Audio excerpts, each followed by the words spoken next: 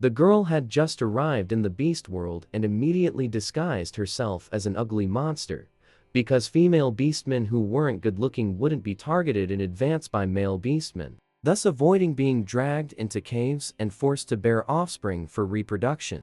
As Yun Yao, who advocated for the trilogy of knowing, understanding, and loving, she completely couldn't accept the fate of being pushed down without even getting to know each other. But in the beast world, without relying on males, survival was impossible, so she decided to dazzle everyone at tonight's gathering, aiming to win the favor of the tribe's strongest warrior, Yin Lin, with her beauty. It was only because Yin Lin was a beastman with a certain disability, notably could he not transform into beast form. But his human form still retained some beastman features. Everyone said he couldn't reproduce, unable to have offspring, which suited Yun Yao perfectly. Although Yin Lin was a famous hunting expert in the area, within the tribe, he was an outcast. Usually, he rarely appeared, and some time ago, he had followed the hunting team deep into the everlasting forest to hunt, making it difficult for her to see him. But tonight, the hunting team returned for Thutum Tide Festival, and as a member of the tribe, he would definitely attend. Beauty was indeed a weapon, but it had to be used in the right place. Yun Yao initially didn't want to use an ion, but she just wanted to survive. The location for the holiday evening party was at Ceremonial Square in the center of the tribe. The entire ground of the square was paved with smooth bluestone bricks, stacked together. Previously, Yun Yao, as a foreign female, had no qualification to walk onto this sacred plaza of the savage tribe. But at the moment, she was standing in it with over a dozen foreign females. A group of beastmen below her watching, like selecting goods, their eyes constantly seeping over them. Until the hunting team returned, she saw from afar a youth of graceful demeanor walking from afar, dragging an unknown behemoth. As he got closer, Yun Yao once again saw his frosty cold face and the wounded, sawtooth dragon dinosaur. If not for having seen Jurassic World, Yun Yao would have had a hard time recognizing this thing. Yin Lin's ice-cold, water-like eyes quickly swept over the crowd, finally landing on the clan Chief Fishbone's face. The originally hidden white furry beast, ears under his silver snow short hair, stood high, his voice merciless and cold. The Blade Beast was hunted by me alone. According to the rules, the tribe cannot distribute it. I'm leaving first. With one sentence, it immediately stirred up 1,000 waves. Yin Lin, what do you mean? The Blade Beast is the most delicious food. Even I can't get a share. You want to monopolize the food. Too much. The spoiled Da Hong was the first to jump out and express dissatisfaction. Usually, no matter what food the hunting team brings back, as the daughter of the witch doctor, she can always get some. The delicious blade beast meat she hasn't been able to eat for years. She was just overjoyed. Now saying it won't be distributed, too hateful. Just so, Yin Lin, you don't even have a female. What does a disabled beastman need so much food for? Keep it to rot? The noble females of our own tribe on the sacrificial platform followed, along with dissatisfaction, their eyes full of greed for the blade beast. Yin Lin's ice blue round pupils gradually showed a tendency to transform into savage vertical pupils. A sign before anger, of course. Normal beastmen in human form would never show such mutation at all. Only in beast form would it happen. Yin Lin, you are a warrior, the tribe raised with much food. For the sake of the tribe, share some delicious blade beast with everyone. The old witch Dr. Sabo walked down from the high platform to Yin Lin, intending to console him, but his words were wicked and violent, rather displeasing. From what Yin Yao previously understood, the prey caught by the hunting team was generally divided, with a quarter given to the tribe's higher-ups, and the rest distributed equally based on merit. Yin Lin has strong combat power, able to hunt alone, but still receivest same distribution as everyone else. Already at a great disadvantage, I have contributed to the other beast meat as well. I can forgo it, I only want the blade beast. Yin Lin's voice grew even colder, though it could be considered a major concession. The witch doctor glanced at the dozen or so prey being carried in Toth tribe one after another, perhaps thinking this was more cost-effective for the tribe. An obvious hesitation showed in his eyes. Just as he was about to nod, Da Hong rushed up and shook her arm up. "Bah, I want to eat. This disabled beast can't possibly finish so much all alone." Saying so, here she turned us or her face sideways to glare at Yin. With a glance, he said unreasonably and fiercely, like a disabled beastman that no female wants, such as you. What use is there for tender beastmen? Delicious blade beast. Meat should be distributed to females in the tribe. The rest. The females immediately found it treasonable upon hearing this, and started clamoring for the beast meat. Yinlin couldn't even transform into his beast form to fight. He might die on the next hunt. What's wrong with giving more meat to the tribe in return? That's right, it's just good luck. A heavily pregnant beastman followed up, saying, "Carrying cubs, eating this meat, will definitely help me birth strong leopard cubs. Can't you share some with the rest of us? This kind of despicable, disabled beastman will never have a female." All sorts of harsh words spilled from the crowd's mouths, piling onto Yinlin like crushing snow and biting frost, growing heavier and heavier. Yun Yao's heart felt unsettled as she gazed at the youth. His sharp, snow-colored fluff ears drooping slightly downwards, his raven feather-thick eyelashes lowered, completely concealing the color in his eyes. Was he feeling sad because he was being excluded? Perhaps it really was a difference in aesthetics. She didn't feel Big Shot was disabled at all. Clearly enchantingly exquisite. Mac and Gon feel at a glance he was peerless. Now, if she ran over and said she wanted to be his female, would that work? This wasn't the scene she had imagined. She imagined meeting him, then finding a chance to pull him aside alone, take out the gift, plead with him with kind words, if he really didn't agree. She also had a backup plan. She had Shul gold. She could pay him to let her stay for a few days. Noon turns down money, right? In the current situation, the Big Shot's mood must be awful. What should she do? What if she went up and he pushed her away? The youth smiled coldly, a faint trace of mockery curling at the edge of his pale cherry-colored thin lips. He suddenly released his hand, and the heavy corpse of the Blade Beast thudded to the ground. "If you all want to fight over this, Blade Beast, causing the hunting team to lose its fairness, I will withdraw from the hunting team." Yin Lin, with a detached and indifferent demeanor, shook his wrist, flicking off the still flowing crimson bloodstains from his slender, straight fingers, revealing the bite marks from Thewound. His skin was a cold white, thus the slightly turned outward wound on the back of the hand is vividly crimson and glaring. "No, I didn't agree." Clan leader and witch doctor, with one voice, "Yin Lin, if you withdraw from the hunting team, the loss to the tribe would be too great. Besides, this time he hunted a blade beast, proving that this combat ability in human form is even stronger than before." Looking down on him for his physical disability and inability to produce offspring. But who would want to lose the benefits he brings? The clan chief, a strong middle-aged beastman, the furrows and wrinkles on his face making him appear more authoritative, coughed and said, "Yin Lin, the hunting team is of course fair. No one is trying to take your prey. But you have no female, and can't finish a whole blade beast. I can allocate 50 shell gold to you. Consider it sold to the tribe." Yin Lin lifted his gaze to look at the clan chief on the high platform. The ice-blue eyes shimmered with the cold, distant moonlight, the voice clear and sharp, yet incredibly stubborn. "So what if there's no femininity? What I need?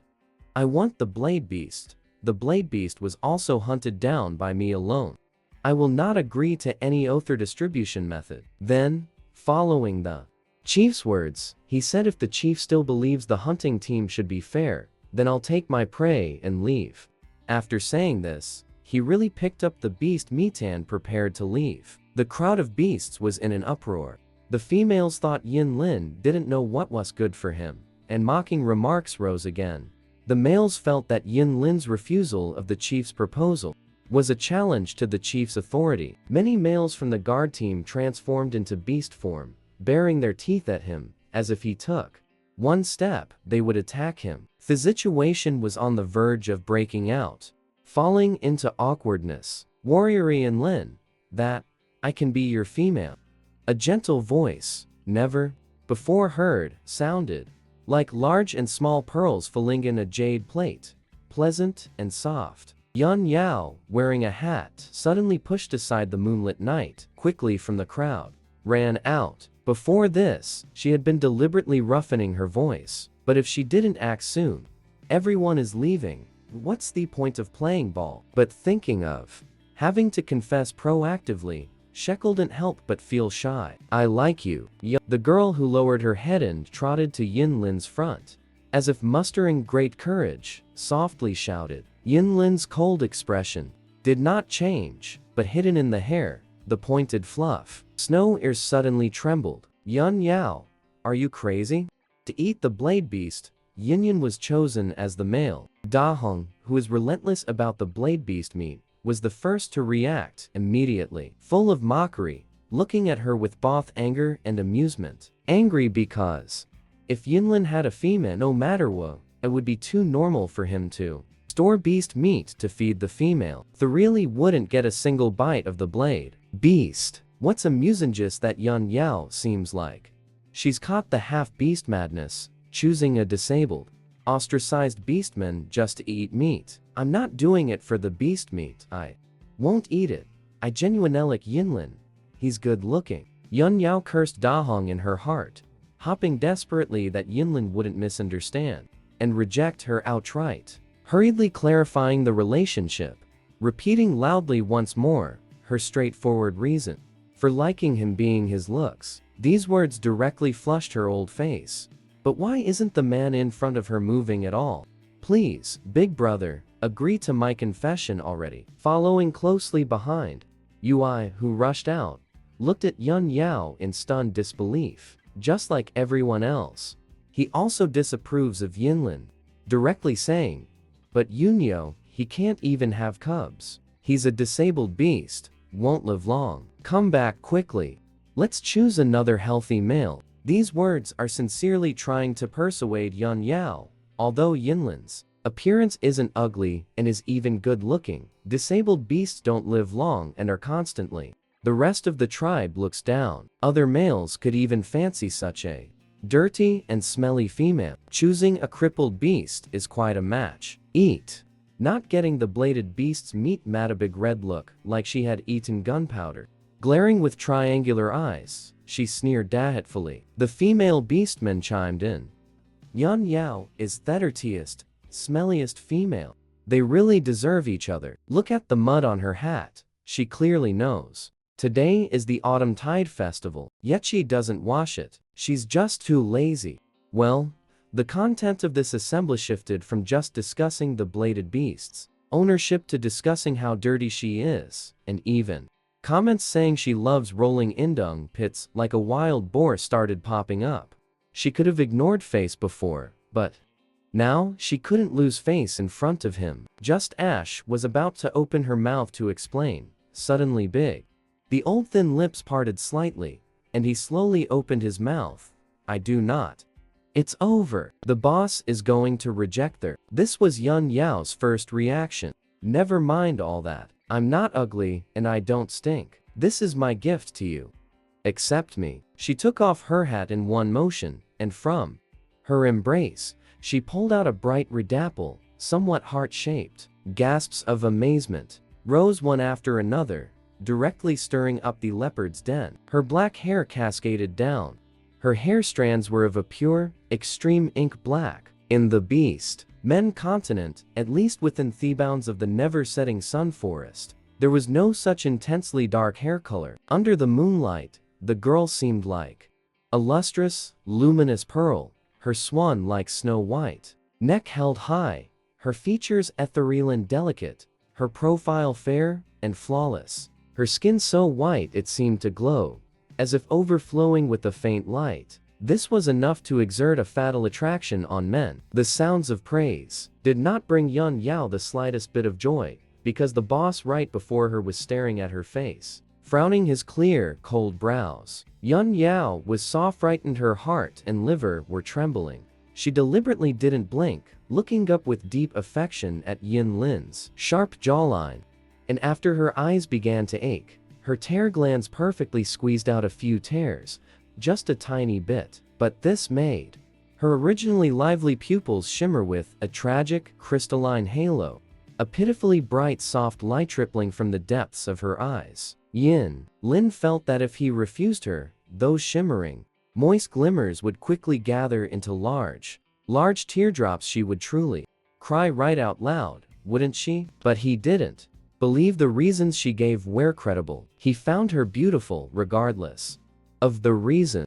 A female like her did not belong to him, nor did he need a female. Yin Lin pressed his lips together, took the red fruit from her hand, and the next second drew the stone niffy at his waist. Under Yun Yao's startled and puzzled gaze, he crouched down, and with a tearing sound, cut off the hind leg of the blade-toothed beast. Then came the sound off joints separating. Yin Lin handed the still faintly steaming dinosaur leg to Yun Yao as an exchange. You take this. No need to do such things.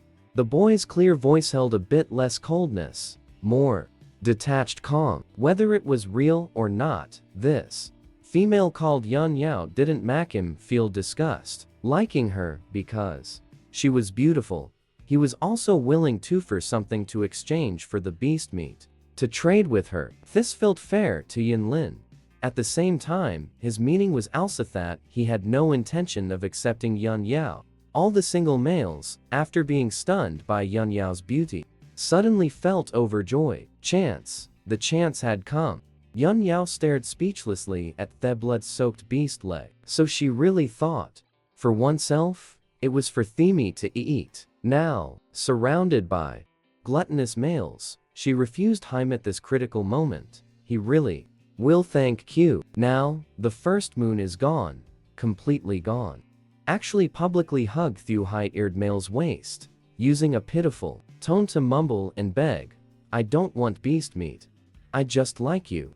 Can you be my male? Such a beauty throwing herself at the disabled beast everyone looks down on and despises is truly unbelievable. On the spot, whether male or female, all were stunned. It's just that beastmen don't say unbelievable. Otherwise, they'd really exclaim, unbelievable's mum opening the door for unbelievable. Silver Lin doesn't want to. Cloud Jade chooses me. A leopard that just transformed into beast form changes into human shape, madly displaying his impressive biceps. Du Wu, choose me. Another leopard follows immediately. Many single beastmen rise unwilling to bow Doni, in the scene instantly eye-searing. Their desires are spectacularly, utterly terrifying. But at this moment, Yun Yao has no time to watch them. She completely buries herself into Thea's embrace like an ostrich. Her own heartbeat is definitely over 120, her whole body trembling uncontrollably. Yet the youth's heartbeat remains frighteningly calm. The surroundings are clearly extremely noisy, but Yun Yao feels its terrifying liquid. Please don't push her away. Plop. The beast leg Yin Lin held in his hand falls to the ground, splashing much blood. The next second, Yun Yao's body suddenly feels light. Yin Lin actually lifts her up with just one arm. Then Yin Lin, with a tense face, picks up the blade beast meat and the beast leg from the ground. His cold blue eyes sweep sharply over the crowd, speaking in an icy, warning tone, Yun Yao is my female mate. With one sentence, he directly declares ownership over Yun Yao. An outsider female indeed has no right to choose if no male selects her. But if it's a mutual choice, then no one can interfere. This is the tribe's rule. Even the clan leader cannot forcibly separate mates, as it brings instability to the tribe. So the group of beastmen are fury inwardly, but can only hatefully. Staring at Yinlin carrying Yun Yao on his back, he sighed inwardly that Yun Yao was blind. What was so good about a short-lived disabled beastman? Sitting on Yinlin's arm, Yun Yao, her drumming heart didn't even know where it had leaped to. On one hand, she was truly excited. To the point of madness. She would soon have a real home. Able to farm. On the other hand, she was somewhat afraid. Yinlin's strength was really too great. Was she really not up to it? Would she be safe tonight? But Yun Yao had also prepared for the worst. Even if the youth still had that kind of ability, as long as he didn't bully her, compared to those who weren't good looking, she would still rather choose him. No choice. A die-hard looks person.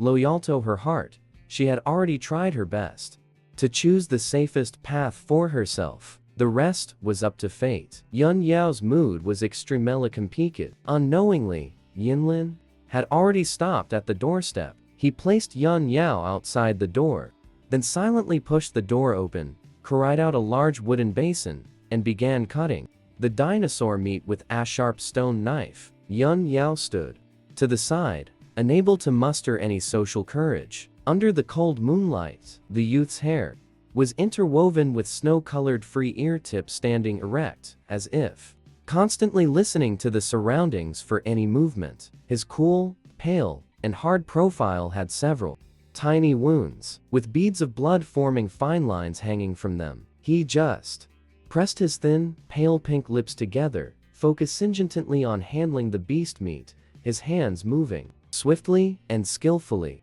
It doesn't seem they had any intention of controlling her or restricting her movements. The stiff silence lasted for 10 minutes, until all the dinosaurs were cut into small pieces, loaded into large basins. Yin Lin stood up, her tightly pressed lips loosening slightly, and she spoke in a soft, low voice. You are very afraid of other males, but I cannot protect you, so do you want to escape from the leopard tribe? Settlement? She didn't look at her while speaking, but now that it was just the two of them, the words were directed at her. Yun Yao is somewhat taken aback. She had guessed it. She seemed smarter than other beastmen, and her own behavior must indeed seem varied in her eyes. But you are too weak.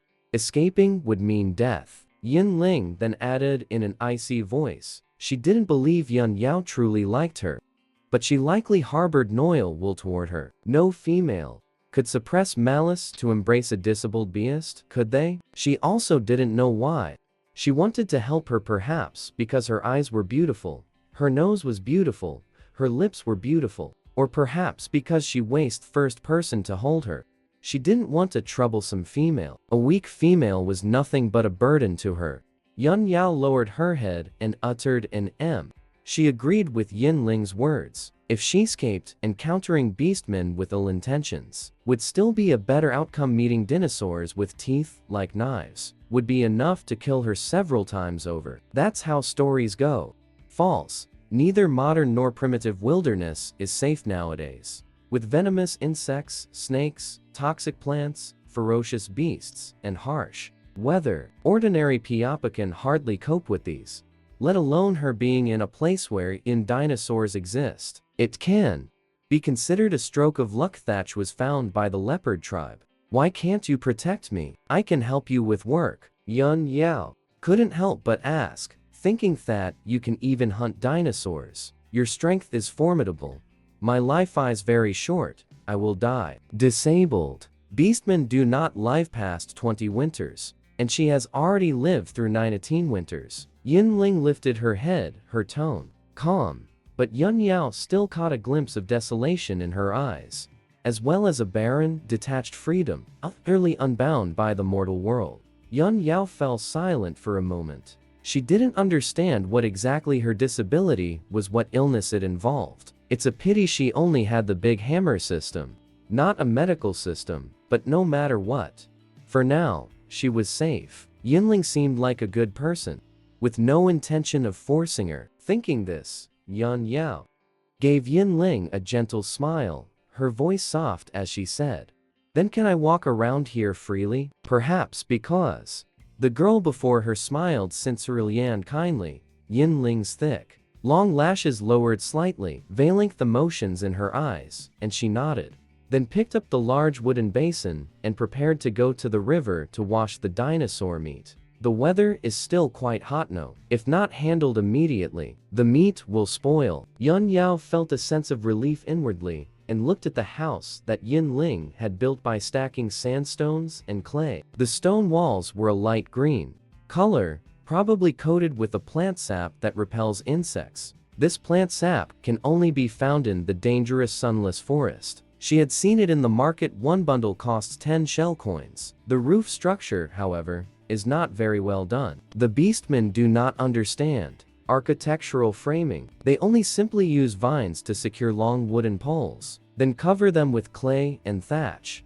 In strong winds, the roof really might get blown away. Leaking rain is also common. If she is going to live here long term in the future, she could try making stone slabs, digging up yellow clay to mix into mortar, and renovating the house. After all, her education shouldn't go to waste. Yun Yao did not enter the house, but instead walked around to the back of it. Behind the house, there was a whole circle of large, flat plots of land, not planted with anything, but the weeds had been pulled clean by Yin Ling. Probably where there are weeds, there tend to be many biting insects. Yin Ling must really value cleanliness. She glanced secretly at Yin Ling washing beast meat by the river in the distance, then took out the land blueprint and placed it on the ground. The subtitle prompt appeared again.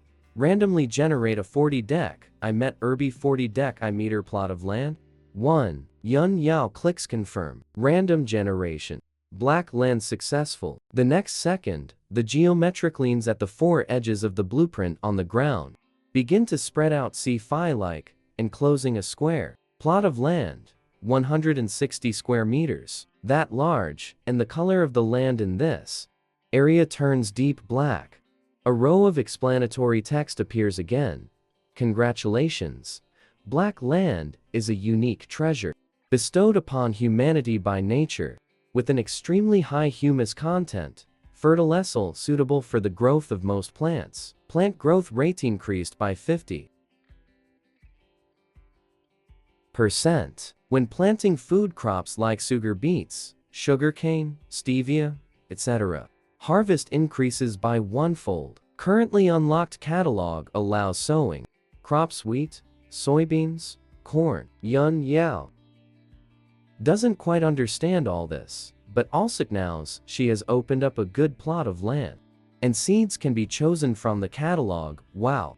This is somewhat surprising. Wheat or soybeans then? Yun Yao hesitates for a moment. Decisively, 30% soybeans, 30% wheat, 30% corn, another 10% wheat. Food needs to be diversified. Yun Yao stands up and looks toward the riverbank.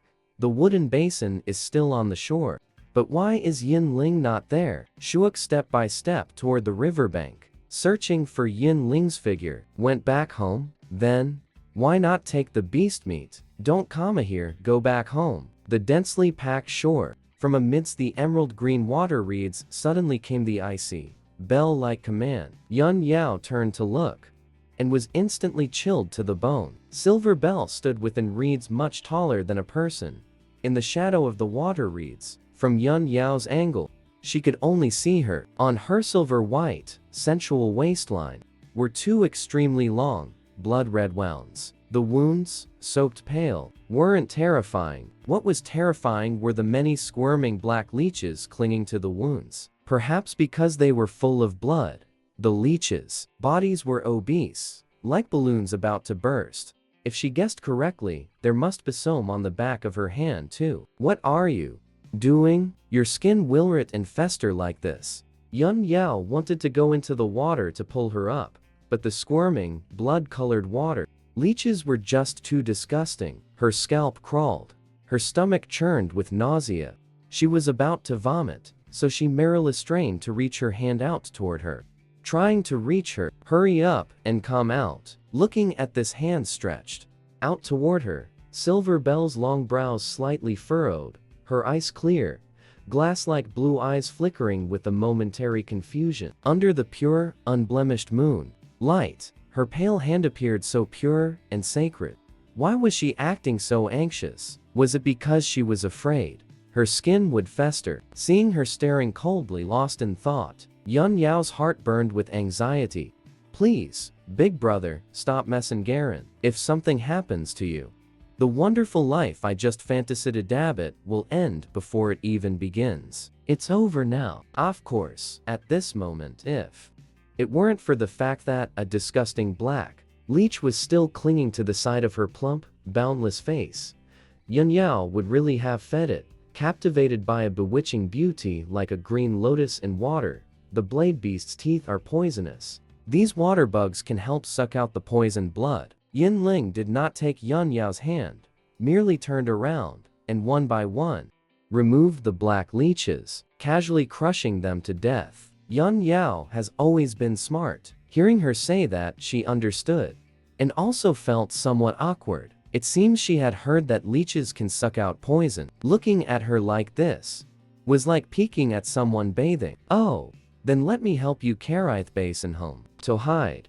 the blush flying across her cheeks, Yun Yao turned it around as well, overestimating her strength as she bent down, trying with both hands to lift the heavy, large wooden basin. After 2 attempts, she couldn't budge this 100-pound basin. And today, she had only eaten 1 corn cob all day. Where would she get that strength? After struggling repeatedly to no avail, Yun Yao wiped the sweat from her head, with her back to Yin Ling, said, in a voice as soft as a mosquito's, "It seems I can't lift it, maybe you should do it. I'll go home and wait for you." Without waiting to hear a response, she ran off. So embarrassing. This entire evening in front of her, she had been shamelessly humiliated. If she were Yin Ling, in her heart, she'd surely think her brain had problems. Yin Ling long. As she was carrying Thebison, she turned around, when glittering beads of sweat slid down her fair cheeks. So dazzling, so radiant, it was her to describe what that feeling was. Just that she thought she was really beautiful, and her speaking voice was soft and very cute. She waited for her to return home.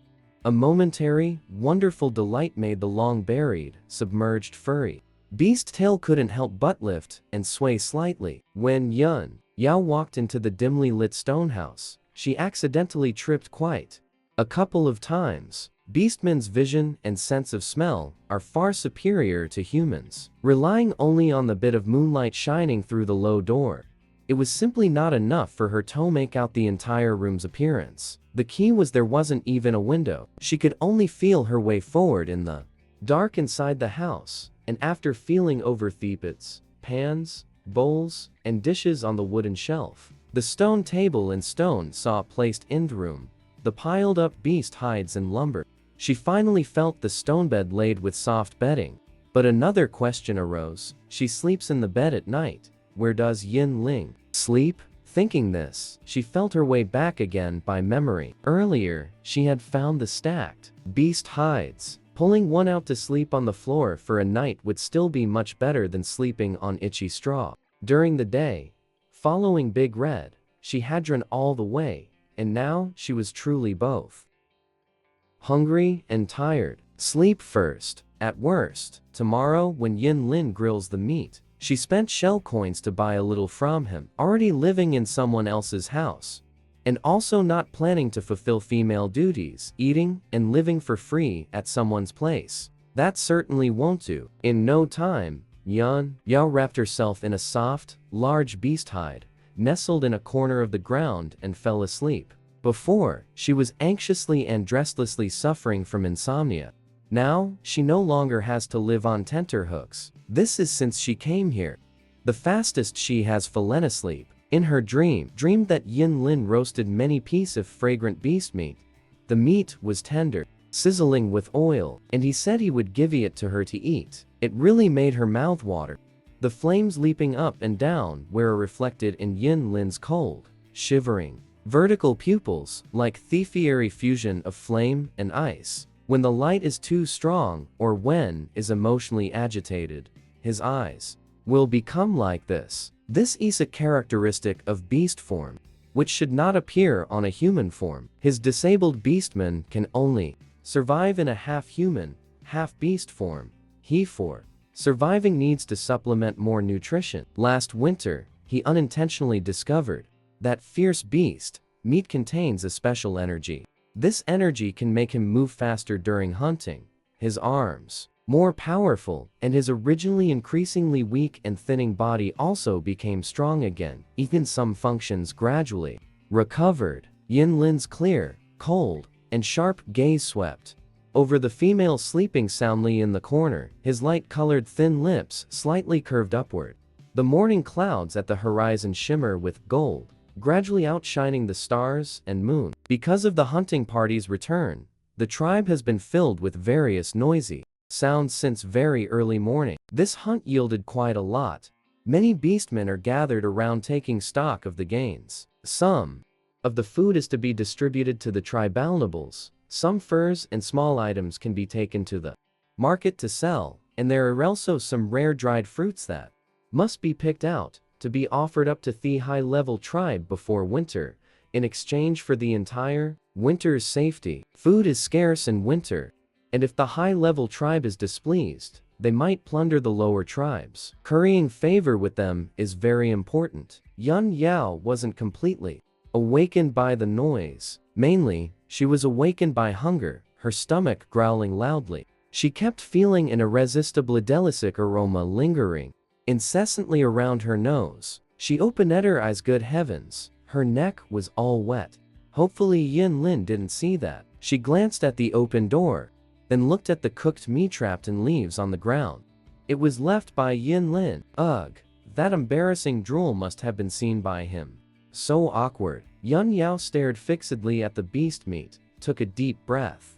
Although it was cold, that didn't affect its delicious smell. But she still needed to brush her teeth and wash her face before eating. No, she didn't need to wear the mud mask on her face like the hateful king anymore. She could just go wash up by the river. Yun Yao got up from the ground, rolled up the beast hide again, wanting to put it away back at the original spot, yet I found the bottles, jars, and tools on the wooden shelf that she had knocked over last night were now all facing one direction. Everything was neatly arranged, and the pile of firewood she accidentally knocked over last night was also neatly restacked. The pile of animal hides on the stone slab went without saying, stacked meticulously like a modern soldier's folded blanket. Could it be that Yin Lin had ocked and was any at freak? But then he wasn't afraid of getting dirty. Someone with a cleanliness obsession would never pinch leeches. Remembering last night's scene, Yun Yao rubbed her head in disgust and walked out. Last night she had lost so much blood. Perhaps she should replenish it. As a child, she was also prone to anemia. Her aunt often told her to eat more kelp, spinach, and carrots. They're high in iron. There's a lot of seaweed at the market. How about buying a little to help nourish her? Yun Yao thought while searching for Silverwood's figure. He did not go out, but washopping trees in the woods on the right side of the house, and seemed to have been at it for a long time. Not far from the door, many long logs were nearly piled up. Seeing him made one feel at ease, but it also felt awkward to actively disturb him. Yun Yao did not want to wash up at the place with water from last night, so she went to a spot slightly upstream. Without a toothbrush, she took out a damp cloth and simply wiped her teeth. Although conditions were hard now, things would surely get better slowly in the future. The morning sun was warm, and the dawn breeze was gentle. Yun Yao sat at the entrance of the courtyard, taking small bites of the beast meat. Her stomach was not good, and she had been going hungry often lately. She couldn't eat too quickly, or her stomach would hurt. She saw Yin Lin walking towards home with a long piece of wood. Her dark pupils were bright and dazzling, as she raised a brilliant, radiant smile to welcome him. She stepped forward, saying gratefully, "Good morning, Yin Lin. Thank you for the food you gave me." The fluffy beast ears standing up within his silver hair twitched slightly backward for a moment. Yin Lin turned his face to glance at her, nodding seriously. She ate the food he gave and would thank him with a smile. Her bright, large eyes turned into curved crescents, as if filled with adorable stars inside. People from the tribe wouldn't thank him, and when weak beastmen from other tribes thanked him, They would also show fearful looks, as if afraid. He would transmit his disabled fate to them. Clearly, he was sharing food with her. But when he smiled, it felt like stuffing something sweet into her empty heart. Can we go to the market later? Yao, seeing that his mood seemed quite good, immediately tilted her head and asked. And it was this very question that made Yin Lin's body suddenly stiffen. His originally not overly constricted pupils instantly constricted into cold, chestnut-like vertical slits, the aura surrounding him turning abruptly chilly. Yun Yao's heart sank. She seemed to have angered him. I didn't mean to upset you.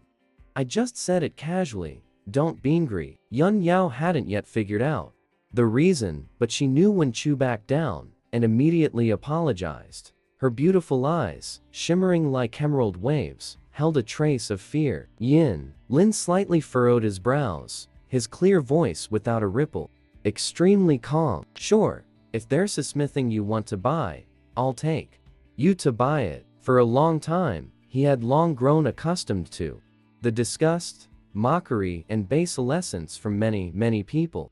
He just suddenly didn't want her to hear them. But actually, it didn't matter. She would leave him sooner or later, would choose another healthy male again. No, it's fine. If you don't want to go, we won't go. Yun Yao's tone was sincere. She didn't have any particularly desired item to buy. She simply wanted to buy some vegetables to make meat soup to nourish Silver Lin's ki and blood. The plants on the second page of the system, since none are edible food, are basically not found at the market. To find them, one must personally go into the forest. Of course, to enter the forest, one must cling to Silver Lin's thigh, otherwise, go feed the dinosaurs. Therefore, maintaining his health is very important. Silver Lin, wearing brown animal hide clothing, placed the wood he was carrying on the ground, then picked up the stone axe beside him, seemingly intending to chop long wood into sections. His skin was pale as snow, his light color red thin lips with little blood color. If not for the fact he could carry over 100 pounds of wood, Yun Yao really would think he was weak and sick. Since Big Shot doesn't want to go to the market, taking advantage of the morning when there are fewer people, she'll first go back to the communal house to get her bag. I'll go first to the communal house to get my things. Come here. Yun Yao squatted down beside Yin Lin, and as soon as her words fell, suddenly, warm cheek carrying the scent of fresh fur unexpectedly brushed past her forehead. Yin Lin didn't know why.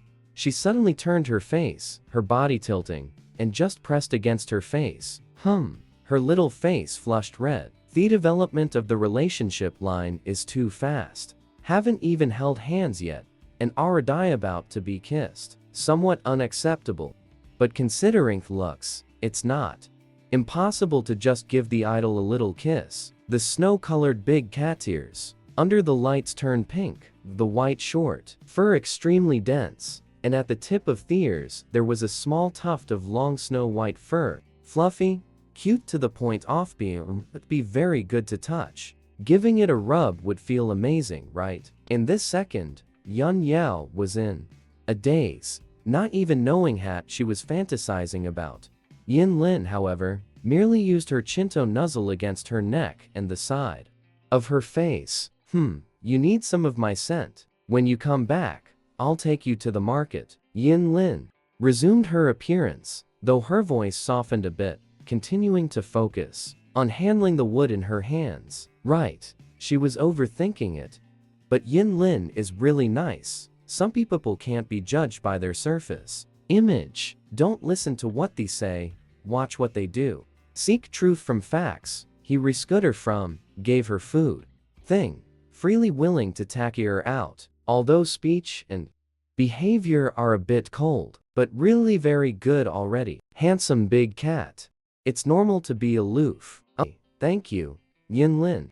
I'm going. Yun Yao walked briskly toward the direction of the group residence. A refreshing, clean scent lingered around her hair.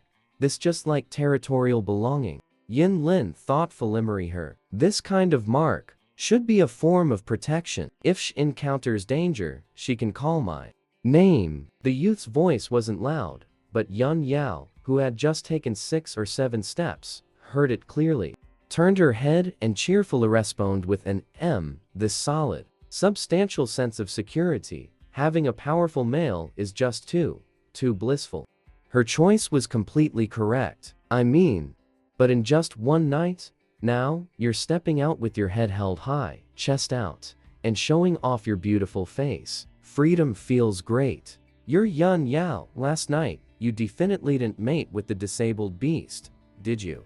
A rough voice interrupted Yun Yao's light steps, and her drifting thoughts, blocking the way ahead was the hunting team beastman Lan He, with 3 bare-chested, burly men. Following behind him, Yun Yao frowned, sidestepped them, and softly replied, "It's none of your business, I'm already his female mate." Yun Yao thought to herself, Yin Lin's home is quite remote, in the southern part of the tribe. It takes a long gravel path to reach the communal houses, and not many beastmen live in Erbi, so the group in front likely intended to find Yin Lin. They wouldn't be here to cause trouble, would they? Lan He's gaze lingered on Yun Yao's delicate, pink and white little face, his heart itching like a cat's scratch. But he indeed caught the scent of Yin Lin on her. Snatching a claimed female is a serious crime in the tribe. Every tribe's most important Andenli law requires unity. Yun Yao, if you become female, you wouldn't have to wear clothes made of rough vines, and you could also wear a pearl necklace like Da Hong. These words weren't spoken by Lan He, but by a passably handsome brown-haired man behind him. At last night's autumn tide festival gathering, most single males chose partners. Now, the tribe's golden bachelor is only the clan leader's eldest son, Lan He, and the 2 sons of the tribal elders, Sunlight and Evening Star. He is Sunlight. I don't need what you're saying. Yao Yun paid them no mind, quickening her pace and leaving, her cold, ethereal voice drifting into their ears with the wind. Hey brothers, let's kill that disabled beast. It doesn't deserve to have such a beautiful female.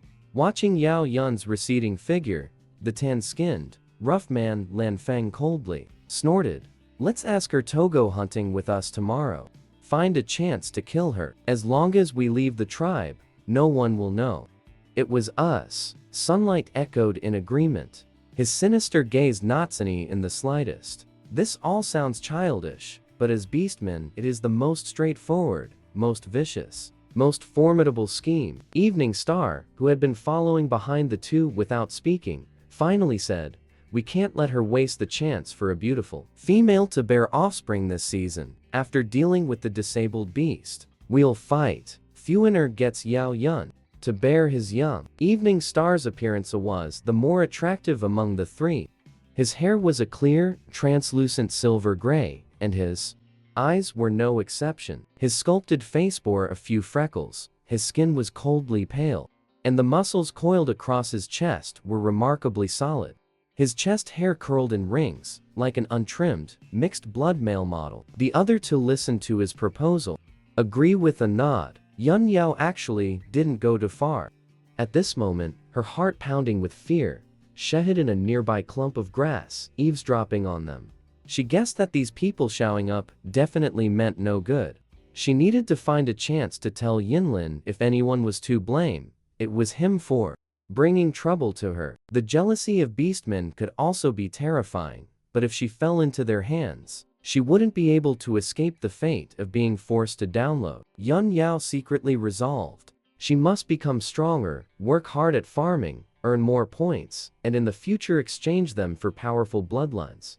Only then could she truly protect herself. Before that, she must protect Yin Lin, he was her only reliance now. Arriving at the communal dwelling, Yunyo was stared at with strange looks by the females coming and going. Yunyo paid no attention at all to this, going about her own business, entering her own hut to pack her things. Some females had brought their male husbands, who had spent a wild night with them, back to get things. Seeing their males' eyes glued to Yun Yao, as if their legs couldn't move, these females felt extremely displeased. Jealous words immediately came to their lips. Yun Yao is so beautiful yet chooses a disabled beast, if not for wanting to eat blade beast meat, then she must be out of her mind. Another brown-haired female standing by the shared bonfire added, then let's stay away from her, so we don't get infected. Another female with the crooked mouth chimed in sorely, think so too.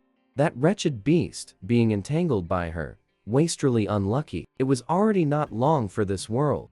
And because of her, it often dead the clan leader. Her words quickly gained the agreement of the other brainless females. When Yun Yao came out of her thatched hut, all the beastmen were gathered around the bonfire, forcibly making way for her, clearing an extra wide path, while a gray undergarment stained with grime was thrown at Yun Yao's feet. Take it back, Yun Yao. You actually didn't even tell me you have a madness disease. You're too vicious, I despise you. Yi, who had also returned eagerly in the morning to fetch something.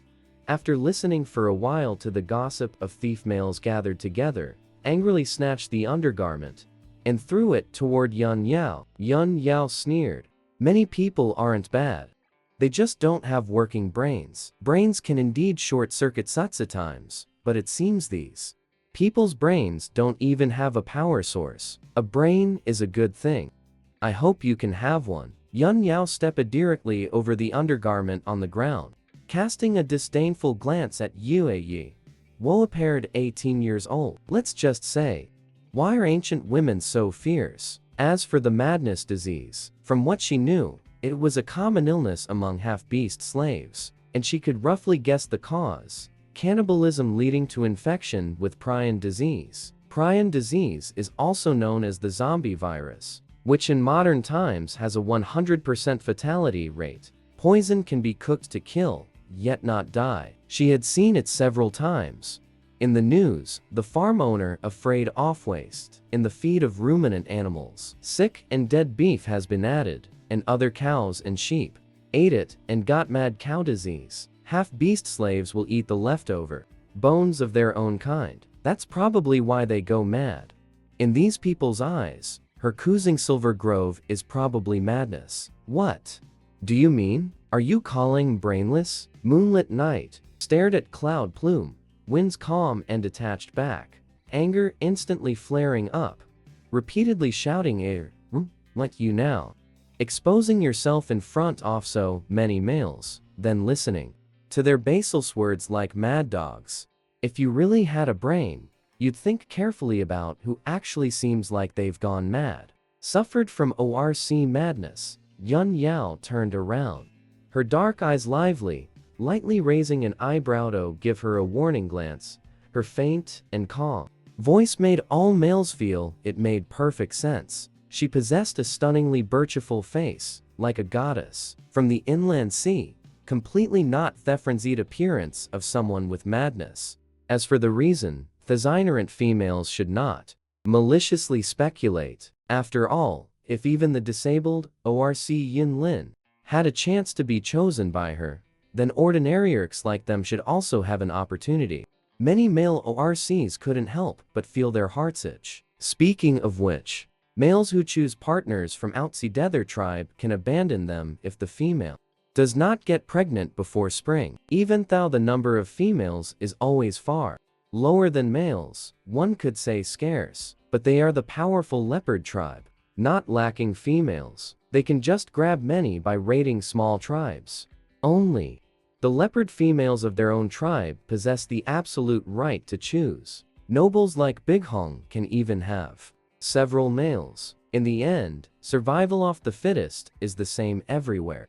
From ancient times to now, rarity determines value. Females from low-level tribes are not valuable, but one is beautiful as Yun Yao is different. Moon Knight covered her body awkwardly, looking nervously at the male who chose her last night, Qingyu. Qingyu looked. Her gaze was sinister, and she was displeased because something that belonged to her was being peeped at by others. Last night's experience for her calm, saying it was unpleasant. She showed such a look in her eyes. Later, after returning home, she would definitively her severely, and the other females whom Yun Yao described as making mad dog remarks this time were even glared at warningly by their own males, not daring to speak up again. Suddenly, you immediately let me catch her for me to beat. A rough, loud cold shout sudden leering out from afar. She heard from other females who told her Yun Yao had left home and come to communal housing,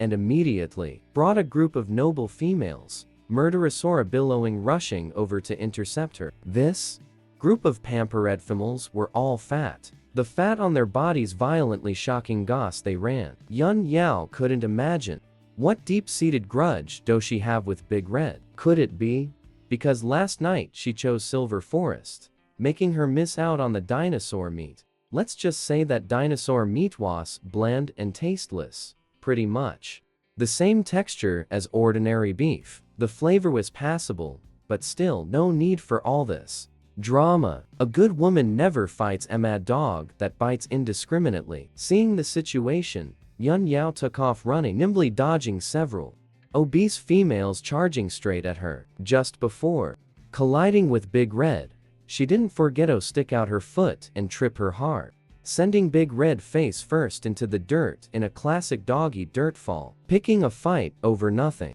Now, that's what's really messed up. In just 5 or 6 seconds, had put over 10 meters between them, leaving all the onlookers wide-eyed and stunned. She even daresto defy Big Red. Has this female really not lost her mind? Damn it, you low-class, worthless female, you, stop right there, or we'll beat you up every time we see you from now on. Big Red got up from the ground covered in gravel, her beige sea gauzessen dress torn with a long gash, her face livid with rage. Yun Yao, already far off, turned back to give her a dismissive glance as if she'd be stupid enough to stand there and wait to be beaten. You ruined my expensive dress. Stop. I won't let you get away with this. Bigard, helped up by her companions, stumbled a few steps in pursuit, only to get tangled up with them instead. Triangular eyes glaring, teeth grinding with a gnashing sound. Another big-bellied female wearing a seaweed gauze skirt followed with hatred, hatefully cursing, "Lowly female, how dare you snatch the blade beast meat belonging to us, and even dare to push Da Hong? You don't want to live.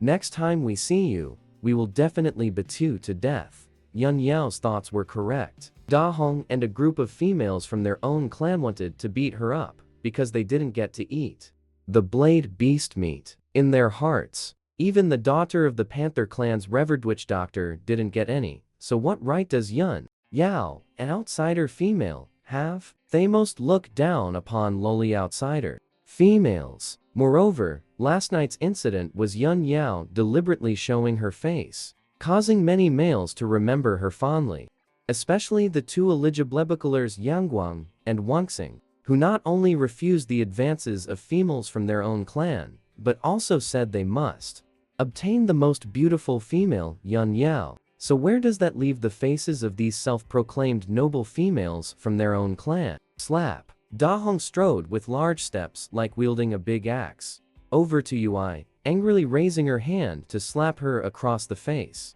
Da Hong had strong wrist strength. One slap instantly caused Yui's cheek to swell up high, as if her teeth were knocked out.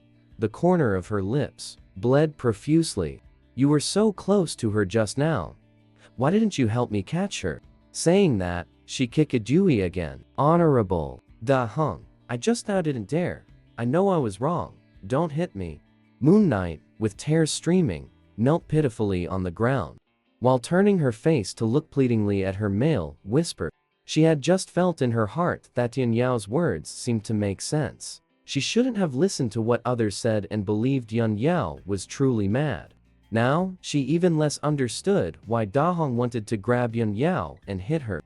But a foreign female must obey the commands of a female from the main tribe. Da Hong, she is my female, please let her go.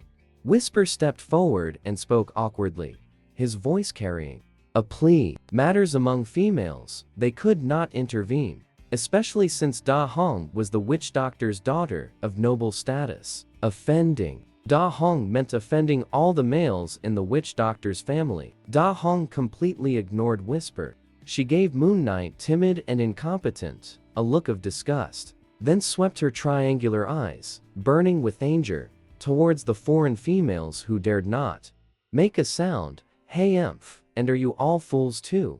Why didn't you grab her just now? The foreign female beastmen hushed, each one fearfully hanging their heads under the sunlight. Da Hong, the witch doctor's daughter, who dared offend her. Hong, what do we do now? This time she goes back. She definitely won't dare come out again.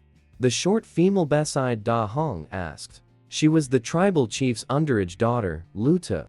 A pointed face, with all 5 features being very normal. Just the eyes are particularly large, like a water buffalo's, but the lashes are very short overall. It's a bit like an alien. She ruined my clothes. She can't escape this beating. Da Hong glanced at the beige skirt with the torn slit. This one was sewn with precious seaweed. This garment costs a lot of shell gold. Let's see what she uses to compensate.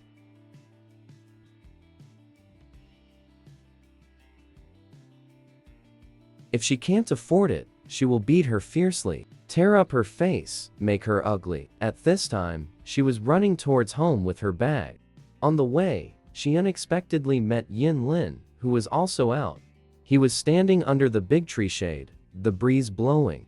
His sharply lined silver short hair. Yunyo was running very urgently, her white, clean forehead full of glistening sweet beads, under the light, shining, glistening, and translucent. Yin Lin, from afar, Yun Yao's voice lightly and briskly called out to him, "Why are you here?" Could he be waiting for her? Thinking this, she immediately raised a clear, sweet, and brilliant smile. The beast ears protruding from Yinlin's hair trembled slightly, his ice blue beast pupils narrowed lightly, expression cold and indifferent. He glanced at the panting Yun Yao and said faintly, "I heard the communal house arguing, but you didn't call my name." Yun Yao didn't expect his hearing to be so good, but these words are so heartwarming.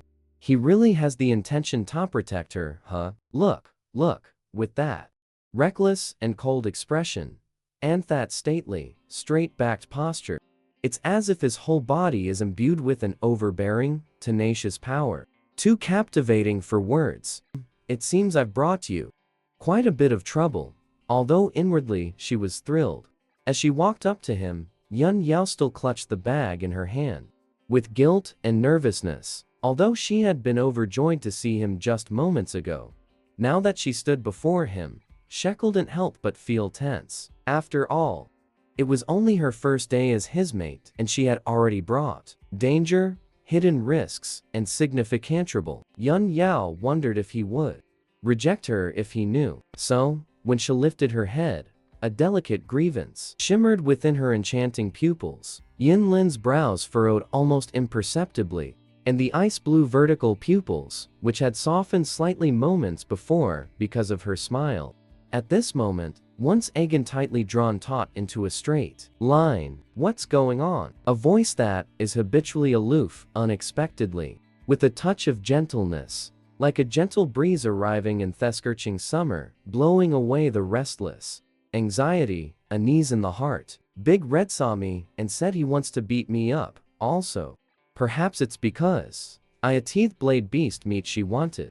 And when I ran away, it tripped her, causing her to get injured. Yun Yao admitting her gaze directly, stealing a glance at her eyes that cold shift to an icy transparency like exquisite cold moon glass beads, captivating attention. Without hiding anything, I stated the first trouble. Seeing the big boss in front of me lightly pursing her lips, showing little emotion, my heart relaxed a bit. She thought that Yin Lin and Da Hong had never gotten along anyway, so offending Da Hong might not be such a big deal. As for tearing Da Hong's clothes, if she really had to compensate, she did have some shell gold. Using her money, you're not hurt. Yuan Lam looked her over from head to toe. She remembered she couldn't even move the wooden basin. Her hands' arm strength is far inferior to that of the female leopards of the clan. Too easily bullied. Yun Yao shook her head and lowered it, saying, "No. It's just that I also tore your expensive sea gauze skirt."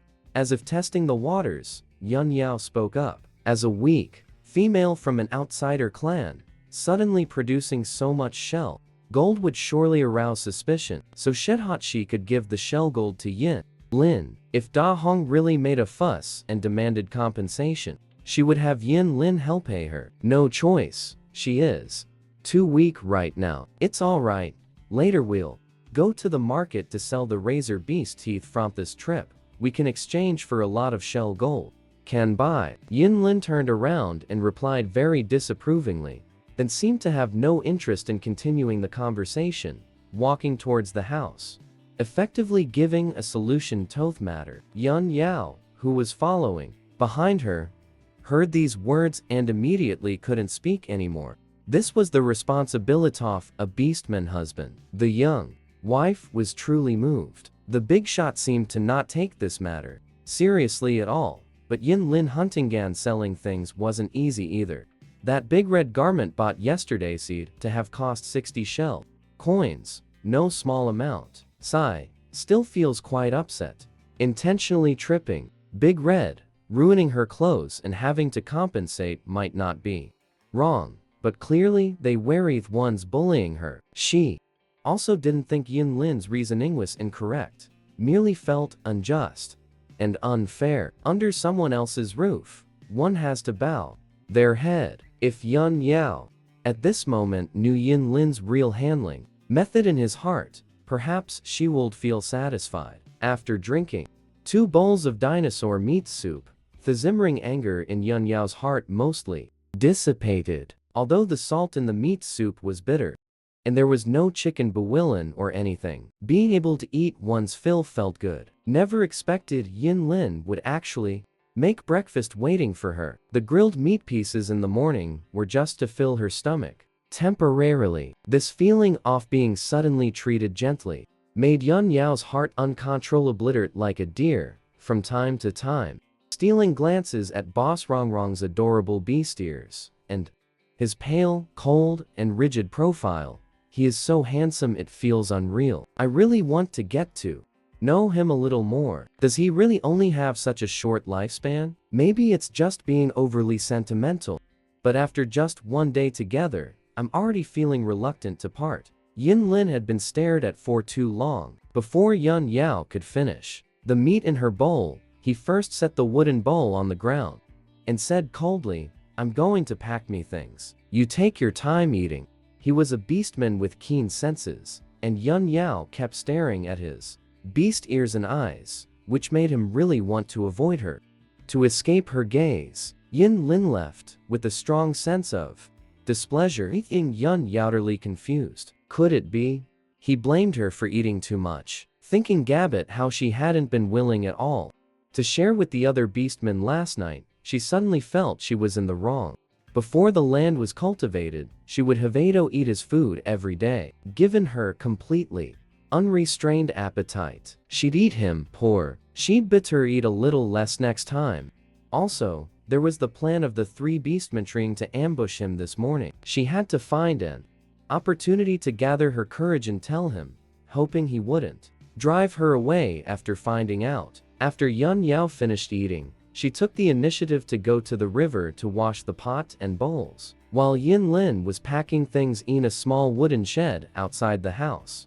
He used a large beast hide to wrap up a lot of miscellaneous items, things as if going to sell tickets big. Yun Yao, when returning with a pot, also saw him stuffing a small package of similar melon seed dry fruits into hishist. Dry fruit type food is the main tribute that mid to low level tribes offer to high level tribes. Elephant tribe loves this kind of food, therefore the price is quite expensive. Let's go. Yin Lin glanced at Yun Yao, who was starting to peek at his ears again, took down a dusty straw hat from the wooden wall and put it on his head. Said to be a hat, the brim is all collapsed. The straw appears intricate and messy.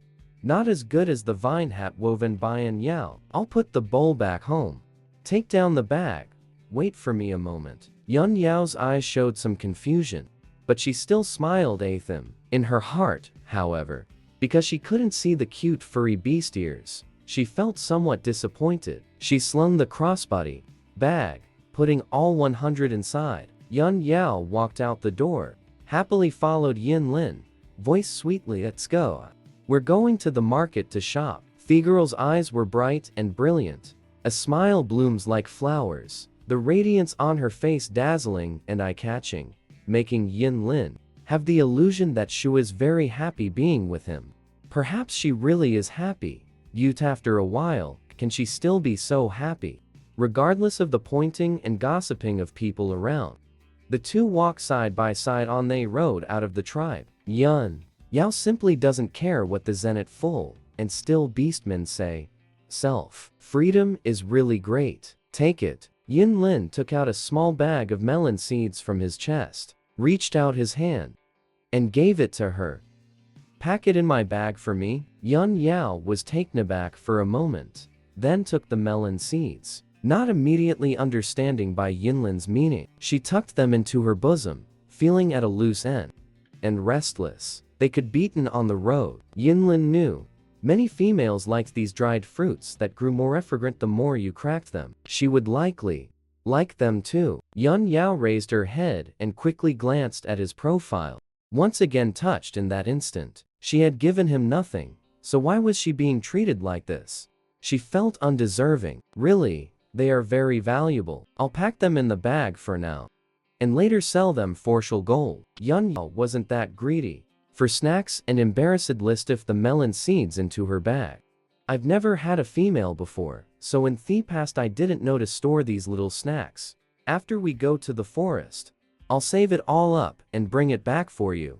Yin Lin gazed into the distance, her voice clear and calm, her pace unhurried, but her words made Yun Yao's heart skip a beat, her eyes dazed for a moment. Yun Yao wasn't stupid. The meaning in his words was clearly, go ahead and eat. We won't lack snacks in the future. Ugh. Truly touched by such genuine words. Does it have to be so gentle? This is his kindness. Sunflower seeds. Must crack them. Even unroasted ones are fragrant. As she walked out of the tribal gate, Yun Yao, holding a handful of sunflower seeds, instantly became the center of attention for all the passing beastmen. That small bag of sunflower seeds in her hand, culled by a fat dang deer, enough for an ordinary family to eat for many days. Hunting isn't that easy for regular people. Dried fruits have always been supplieto the females of high-ranking tribes. Even Big Red and the others might not be willing to eat them. Luxurious, to luxu, rious. At the same time, Yun Yao also confirmed that choosing Yin Lin as her mate was indeed fourth food. So what? Let them be Jeel ooze if they want. Yun Yao, currently enjoying the benefits of clinging to a powerful figure, didn't care. She cracked sunflower seeds while thinking of finding a chance to tell Yin Lin about the malicious plan of those three male beastmen, so he could be prepared. It really wasn't easy to bring up, and she worried whether he might abandon her because of it. Noon, the sky clear as if washed. The sun was fiercely scorching, and there was about an hour left before they could reach the seaside market. Yun Yao's feet, clad in rattan shoes, were aching and numb. Since arriving here, she had to walk long distances every day, and 7 or 8 blisters had formed on her feet.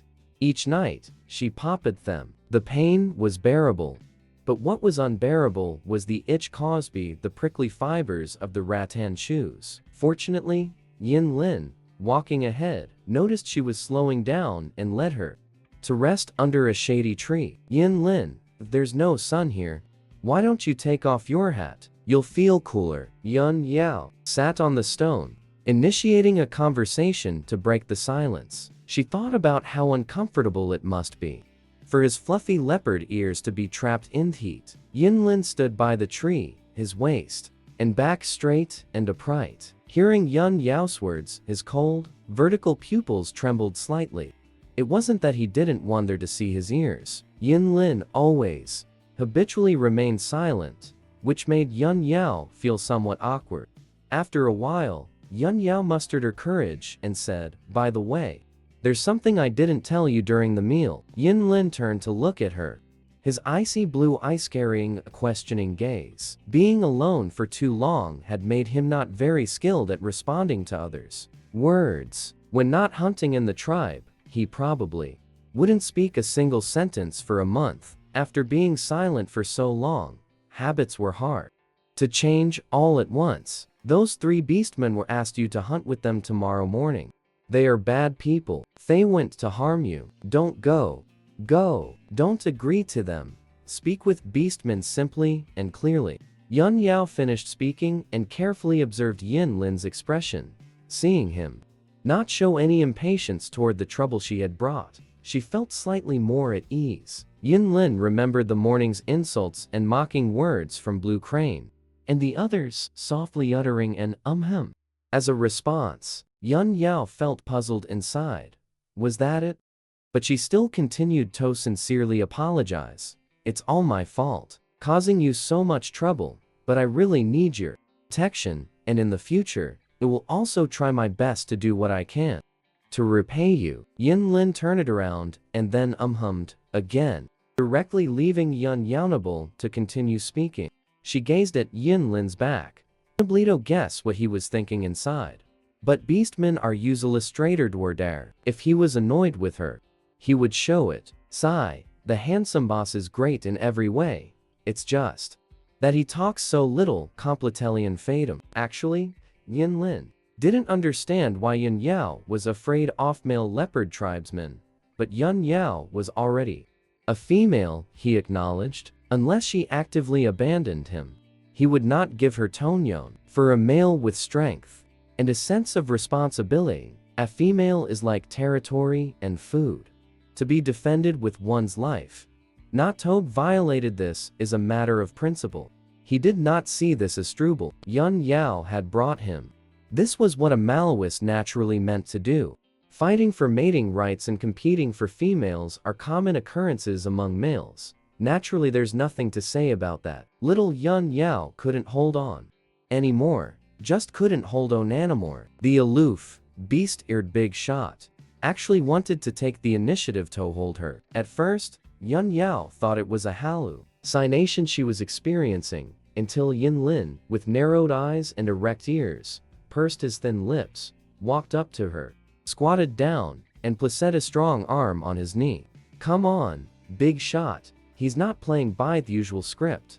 Actively inviting her for a hug. Yun Yao's heart pounded, her gaze hesitant.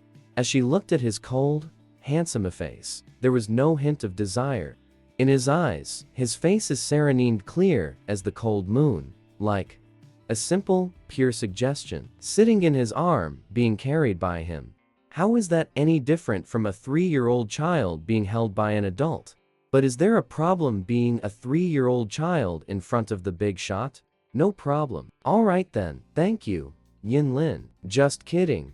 Big shot probably thought she was too short, easily trampled. So he wanted to protect her, couldn't ask for more. Last time she went out with Da Hong, she didn't get this treatment. It was a nerve-wracking journey all the way. Must accept. How could she bear to reject the handsome big shot's kindness? Yin Lin originally thought she would refuse, never expected this pretty and adorable little female to really sit right on his arm, and even affectionately wrap her arms around his neck. Female. The alluring fragrance spreads beneath tip of his nose. She flashes him a smile brighter and more radiant than Thessemer blooming butterfly chrysanthemums. This? On Yinlin's taut, straight silver-white neck. His Adam's apple couldn't help but bob up and down. The reason he wanted to hold Yun Yao was that he could no longer stand the surrounding males, brazenly staring and looking Yun Yao up and down. No matter what, he and Yun Yao had chosen each other. Yun Yao was now his female. He had the duty and responsibility to protect his own female, not allowing other beastmen to secretly peer at her. Wow, so high. This view feels amazing. Yinlin's height is definitely over 1.9 meters. Yun Yao sat on his arm, her eye level over 2 meters high. Yinlin's aura is cool and aloof, though tall. But it doesn't look cluttered, standing out like telephone poles.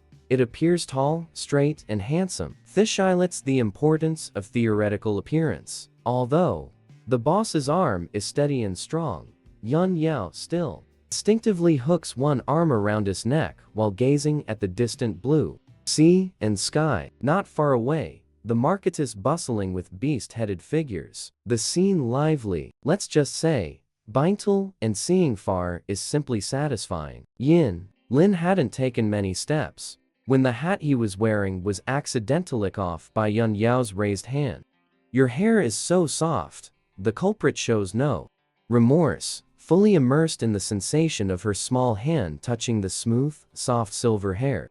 The silver hair slips instantly from her fingertips with a fluid smoothness, just like using modern soft conditioning shampoo. And it's so soft, feels so comfortable to touch, with none of the surface-level cold hardness. But that's not the point. The point is, the culprit is now completely captured by the close-up view of the fluffy, silver-white beast ears. The upright, cute tips of the beast ears have a small tuft of snow-white fur, trembling lightly, with the twitching of the ear tips utterly melting a girl's heart. She wants to pet the ears, to rub them, must hold back, they're not that familiar yet, can't be so reckless. Everyone, look, she's Silver Lin, the inauspicious beastman of the leopard tribe. My beast god, such a beautiful female is actually the partner of an inauspicious bestan. Has the leopard tribe gone mad? Giving such a beautiful female to a disabled, inauspicious beastman. The ones who dare to speak their minds are usually the beastmen from the intermediate tribes. Yun Yao was originally still immersed in struggle of wanting to touch but not daring to. Right now, some people's controvel's voices, sparked upon seeing Yinlin, made her so angry she was fuming inside. She frowned and glanced around, and at the same time noticed that Tianin's beast ears had a tendency to droop backward in dejection. Although he didn't say anything, being excluded like this, those years must have been very hard. No wonder he didn't want to come to the market. These people are simply sticking their noses into their people's business. They should go eat shit. A jackal from a mid-level tribe saw Yun Yao glancing at him and said to his companion, "Think this female must have been forced, like her. Such a beautiful female. It's definitely impossible to choose the disabled, ominous ORC kin." Though the words were spoken to a companion, the gaze was greedily fixed upon Yun Yao. Her voice was not small, drawing agreement from several beastmen. Even a few male beastmen from the jackal tribe had already begun to block. Living on Yan Lam Road means competing for females indeed can lead to tribal conflicts. But what's the big deal about sizing the females of inauspicious ORCs? Disabled ORCs who cannot reproduce don't deserve to possess beauty. Female, yes. Disabled beast men aren't worthy. Every single self-righteous guessing or increment made Yun Yao's temper flare up. She immediately came up. She fiercely scolded the three wolves on the ground. What are you looking at? What right do you have to say others are no good? Look at your own appearance. How can you have the nerve to be so gossipy? And even call others disabled beastmen? I think the disability is in your mouth. Illness is no match for my masculine prowess. If you have face, then act like a person. If you have no face, then shut your mouths tight. Absolute a beautiful young girl says 3 sentences in a row. Angrily rebuked, scolding the 3 wolves into a daze. Yin Lin was also stunned by her. He had expected her to speak up for him, and so furious. Hence, he swept a cold, piercing gaze over they 3 wolves. The killing intent overflowed. This mideth 3 wolves, who had just harbored wicked intentions, shrugged their necks and retreat a few steps. Beastmen are extremely sensitive, with Yinyan's strength, pulling out a bone knife to cut the throats of these 3 wolf beasts was truly like child's play. Without this ability-wise, he also couldn't possibly stay in the hunting team as an impaired beast, and even exist as the main hunting force. See, the 3 wolves retreated, and Silver Lin quickened his pace once more, heading toward the noisy market. Just now, because she was worried that he would look down on her, her heart, my viscera and both legs grew heavy. Regardless of whether he truly liked her or not, she was the first person to speak up for him. She will keep gratitude in my heart, willing to share more food with him. Yinlin, you don't need to carry what others say. in the future. We should just live our own lives. Yunyao's voice was soft and gentle, as she comforted him, snuggling closer to him. So let's just leave it at that. Comfort, that's not taking advantage. I know. Yinlin turned her face, looked to Pinto her lively, encouraging eyes. Eyes, of course, understanding her. Meaning, these Yersh stubbornly lived. That's just how I think. She strives to live. Strive not to care about others' malice and prejudice. It's just that she said from now on, it won't be her, but them. So she suddenly wanted to live much longer. Yun Yao, in this instant, truly blown away, his deep-set pupils at this moment unexpectedly took on a wondrous crescent shape, the color in their depths silver infused, as if holding stars. Light flows, a beauty where allure and chilliness contradict and intertwine. Gazing into its eyes, Yunyao's heart instantly reset fiercely. She truly wanted to blurt out a cheesy romantic line from Dominirengio novels. You damned little enchantress. Too tempting, isn't it? Cough, cough. Put me down first. I want to buy some vegetables to go back and cook soup. This kind of atmosphere makes Yun Yao name feels shy. The two have arrived at the coastal market, with the surrounding cries and shouts continuous and unending. Many glances still swept over them. Clearly not a place for romance. After being put down, Yun Yao began to sweeping across the vendor stalls. Kelp, carrots, pumpkin, etc. are all able to nourish the blood. All can also be used to make soup. Yunyo thought to herself, still at that mermaid merchant's stall, picking and choosing. Because the plants here are somewhat different from modern plants, so it was still taking and sniffing. This time not despised at all. The looks-conscious merman was still trying hard to strike up a conversation with her, but Yun Yao was being aloof and under, just focusing on shopping coldly. Don't want to talk to him. Seaweed is sun-dried, so it won't be too heavy, but carrots are very heavy. Not for now. Yun Yao of the small cart was afraid of tiring Yin Lin, so she didn't buy much. Garlic, green onion, and ginger. These few seasonings were plenty. Got it. The ORCs did not treat these as seasonings, but rather as heavy-tasting, non-toxic food that could satiate hunger. The system needs to collect kudzu, rami, and cotton. She tried searching for these three things all around.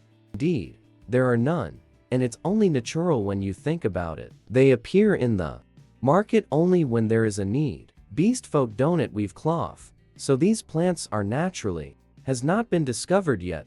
Gotta go search in the woods. When there's time, have the big shot take her to the forest outskirts for a look. Couldn't. Bound to have gains. Yunyo wanted to pull out the cash after buying things, but Yin Lin paid very quickly.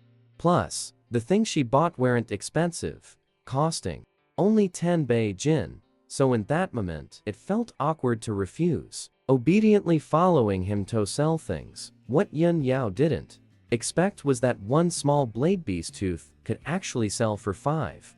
A shell coin, really expensive. Only later did I understand, the blade beast's teeth are sharp, using them as tools to skin animals, to cut hemp. The rope is very useful. It is an expensive but good tool. Yin Lin also sold many hoarded small items. Scattered souls earned over 80 Beijing. He followed Yinlin to a stall selling sea salt. Chunks of pale yellow sea salt were much more expensive than raw rock salt. The taste will also be better. It has not been refined or purified. This salt all has a bitter taste, especially land rock salt. Rock salt comes with some other metallic substances. Long-term consumption is not good for the kidneys. There are many modern filtration, purification, and boiling methods. We learned about them in middle school. Nothing too difficult, you can look into it later. It's not hard to get a taste of good salt. It cost 20 shell coins to buy salt. Yin Lin brought her to a stall that looks very expensive. What does it mean to look very expensive? Constantly being washed by the waves, on the slapping stone slab, covered in glitter and glamour. A pink gold conch pearl bracelet, pearl necklaces of varying Sizes, silvery white, and shiny. Colorful coral bead decorations really look very expensive. Besides these, there are also, one by one, in various colors. Seagrass gauze skirt. Skillful mermaids weave special seagrass from the sea that possesses soft yet tough properties into skirts. Depending on the seagrasses, colors differ. Prices also differ. After drying, the ones that appear white are the cheapest, costing only 50.6 baikan. They are colorful. The pink, sky blue, and light green ones are relatively more expensive. Thizone, Yim Lin's scrutinizing gaze from the skirt glided past, picking up a dark blue, soft, long skirt, 75. Thestal owner was a plump merperson. Male, however, did not cast any special gaze at Yin Lin. Like others did, straightforwarding clink a reasonable offer. Merchants only care about making money, who cares who buys it? Yinlin poured out all the baigold from the leather pouch, the shells. The impact clatters loudly. Without any hesitation, they just bought it right away, spending extravagantly. Yun Yao was speechless. This piece wouldn't happen to have been bought to compensate Da Hong, would it? Trying to stop it was already too late. The transaction between the two men was sweet. It's all happening too fast. Hoven blank. Go change into this. Yin Lin led the depressed Yunyo to a deserted grassy area. Ah, why? Wasn't it to compensate it? Yilin didn't know what she was thinking, to believe that he bought clothes to compensate Dahong.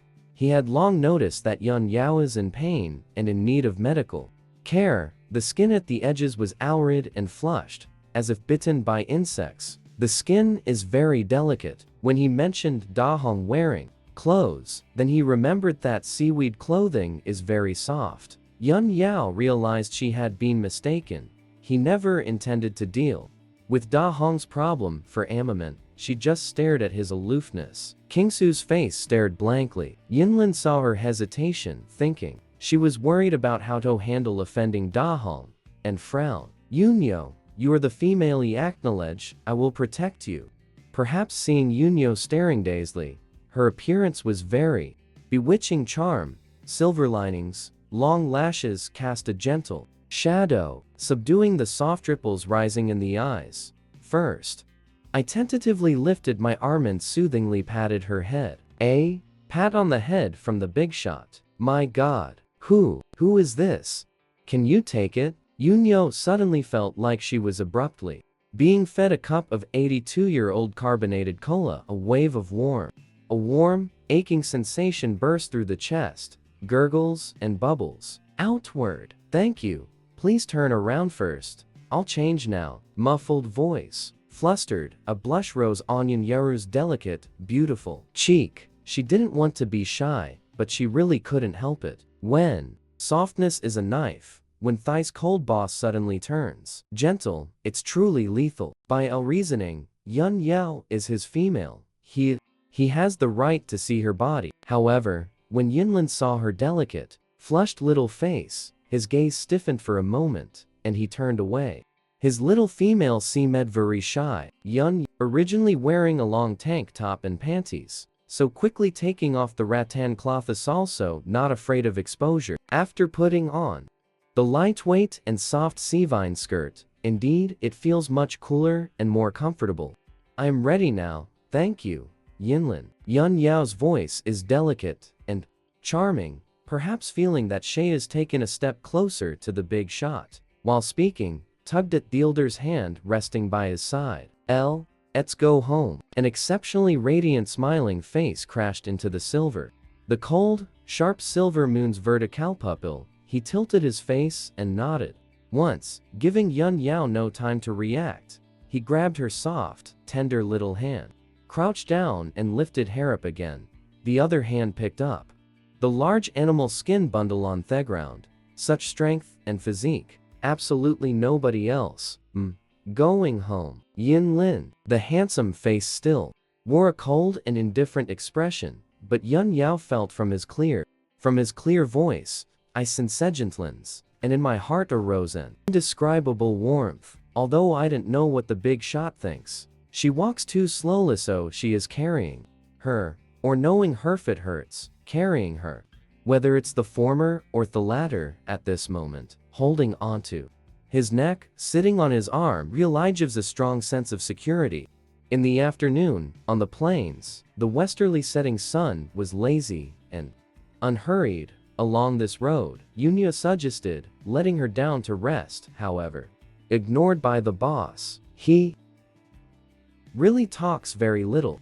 Like abacus beads, with each flick, recall a memory. And so, the bored Yun Yao simply lay flat, intimately wrapping her arms around herself. The big brother sleeps with his neck bent. He carries the faint fragrance of green grass from the riverside on him.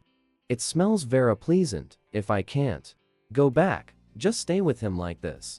Seems pretty good. Just before drifting into sleep, Yun Yao had an especially idyllic thought come Taman. Yin Lin, taking Yun Yao, just entering the mountainous area within the territory of the leopard tribe, looking far off toward the tribe's entrance. A group of beastmen were gathered there. It turns out to be a fork.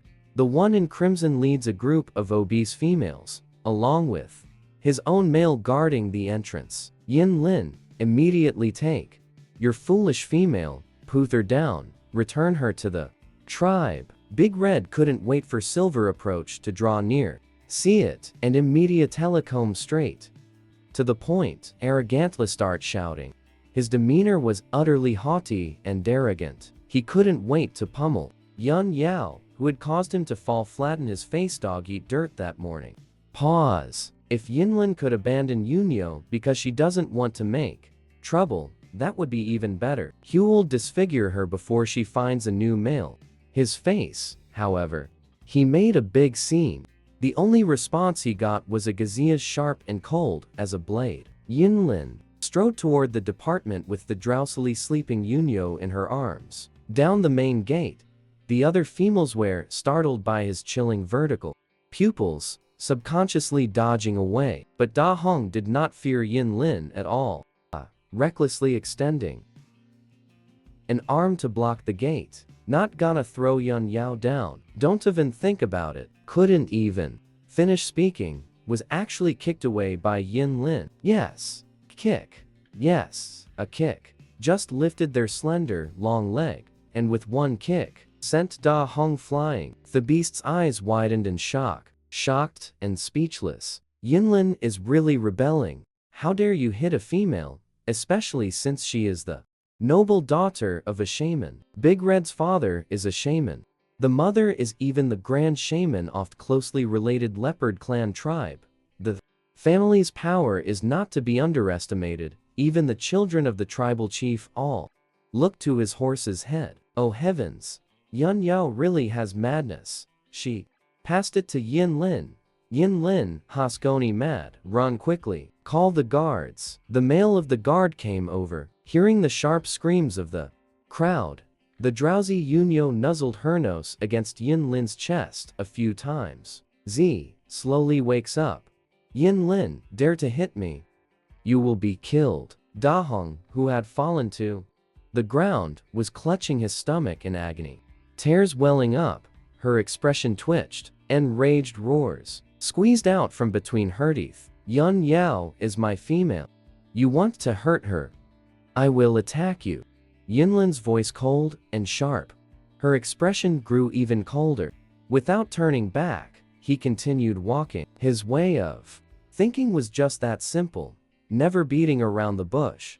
A female belonging to oneself is more valuable to protect than prey, and cannot be violated by anyone. Yun Yao doesn't know what happened, what's going on, but she leaned on Yinlin's shoulder looking back. Da Hong was awkwardly clutching his stomach on the ground, and in that moment swallowed hard. Gulp. Holy shit. The boss is really bold. This is smacking her around. Do you have to be so fierce? She, although not very familiar with tribal rules, still knows about leopard tribe females. Sex is a highly sought after and prestigious existence. Silver Lin directly starts hit. Isn't that a bit too fierce? Sure enough, before even take a few steps out, and a group of fronting leopards arrives with the old witch. Doctor in tow. The old witch doctor, in distress, lifts the fallen Da Hong from the ground. Come. He pulled out from his bosom half a root resembling ginseng, shoved it into Da Hong's mouth, and said furiously, Yin Lin. You actually laid hands on a female, you must get down on your knees and apologize to her. Accept tribal punishment. Thief male who ran away earlier also came over. Everyone wanted to see how Yin Lin would be dealt with. The moonlit night, which had been harshly slapped by the Great Red, now limped over following Qingyu. Her beast-man Qingyu was currently following. Other leopards of the tribe surrounded Silver Forest. Moon Knight heard from other females that Silver Forest beat up Cloud Yao at the tribe's entrance for Large Red. Remembering the morning sieves, an indescribable soreness suddenly welled up in his heart. Yinlin clutched the beast hide in his hand. The bag was thrown on the ground, turning Garen to coldly stare at the old witch doctor, whose hair was a mix of yellow and white, stubbornly stating, "I'm protecting myself. The female of one's own, not a trong. If you agree Big Red hurts me, the female's behavior is allowed. I attack Big Red should also be allowed. Of course, after I attack her, I am willing to accept the challenge from her partner." Yun Yao was taken aback, gazing at the man's clean-cut, elegant profile. This big brother seems quiet, but when he speaks up, he's truly astonishing. This logic seems to be, well, what's the problem? Why can't Da Hong bully people without letting others fight back? Especially that last sentence. Absolutely domineering. In Yun Yao says, the brilliant evening glow at the sky's edge at this moment pales in compresanto the boss's cold, peerless brow and eyes. Damn handsome, too perfect. But will this just spark a fight? She was still very worried about Yin Lin's body. At this moment, many foreign females were distracted by Yin Lin's extremely responsible words. Beastmen are just not good at not thinking. They also wonder, when they are bullied by Big Red and others, why didn't their males protect them? The wizard visibly stiffened, his lips twitching slightly, but he was rendered speechless, unable to offer any rebuttal. As a matter of fact, he knew. In any tribe, females held be protected. Da Hong bullies lower level females. He just turns a blind eye, and also understands it's wrong to do so. The high level tribes, the tiger tribe and the elephant tribe, warn every year. Notify the remaining tribes that no tribe is allowed to harm females. Females who cannot be supported may be sent to their high-level tribes, sent to them for reproducing offspring. So even if low status, females have low status in the tribe, they cannot be killed arbitrarily. So, you want to challenge me? Yin Lin held Yun Yao, her piercing, silver-blue vertical pupils sweeping over the leopard encircling her. Past, the one used at this time, is not an interrogative sentence. It's an affirmative sentence. Hi's really going to take action. The leopards that were just baring their fangs hesitated and took 2 steps back. Silver Lin's audaciously incomparable strength.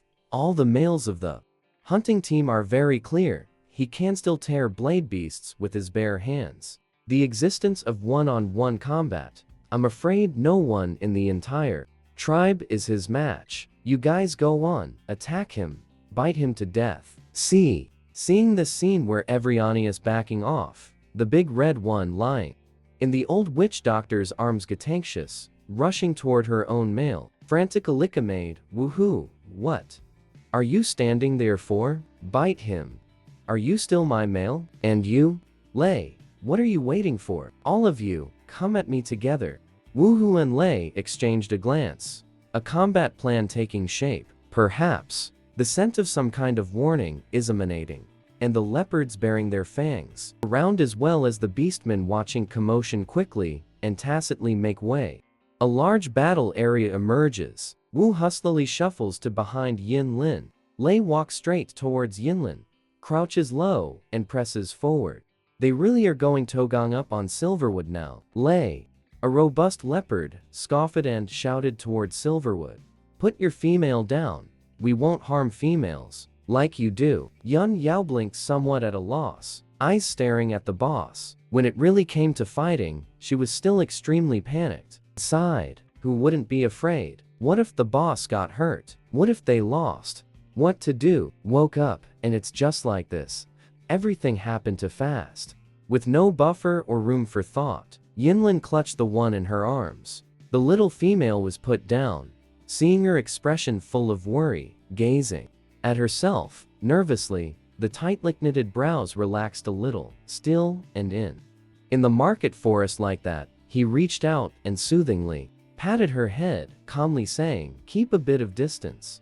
You should be careful, I might not be of much help." Yun Yao hung her head and said, suddenly somewhat afraid to look into his. She lowered her head and walked away. At first, she only thought about surviving here, thinking she had to find someone powerful Woe wouldn't force her to download. He protects her. With such a selfish purpose, she feels guilty and uneasy. Shedded it to survive, yet she gave. Silver Lin brought endless trouble. However, the time left for Yun Yao to think was very short. The leopard's attack speed was first class fast. As soon as Yun Yao left, Wu Hu and Lei simultaneously lunged towards Yin Lin. The crowd surprised gasps filled the air in an instant. Sent out, perhaps because they were dealing with tribal RCs, Silver Forest did not draw his usual sharp bone knife. If the leopard attacks at a speed fierce as roaring wind, sweeping in, his swift figure is just like the light of a speeding bolt. Both hind legs suddenly exert force, pouncing forward and backward in a pincer attack. Yet the crowd couldn't see how Yem had left the spot. Just in the blink of an eye, Wu Hu was struck in the abdomen by Yin Lin's fist. Hit by a tyrannical force, the ribs abruptly shattered, emitting a muffled crack as broken bones pierced through skin and flesh, and a large amount of blood sprayed out. Gushing, scarlet blood splattered and spilled onto the ground and onto the people around them. Lei, meanwhile, was pinned by Yin Lin with a knee pressed against his neck. Yin Lin's slender bones were clamping down on his fragile throat, forcing him to constantly emit painful whimpers. At this moment, Yin Lin only just exert a little force, and you can take his life. Violently, did Lei's spine get crushed and broken by Yin Lin? Everyone doesn't know, but Lei's miserable, mournful wailing at this moment is even more pitiful than that of the fallen Wu Hu. As that saying goes, it requires the whole. The blade beast, which the hunting team can only capture through collaboration, is subdued single-handedly by Yinlin. Isn't that clear proof of strength? It's very foolish to fight against him without knowing one's own limitations. The old witch doctor understands this, which is why he didn't let everyone launch an attack. But Dahong is just so utterly foolish. Yin Lin released the thunder with a fierce roar. An exceptionally formidable creature of the Black Panther came running. Theklan Patriarch Chang Yugu had finally arrived. Luda followed behind the patriarch, his father, staring in horror at the scene.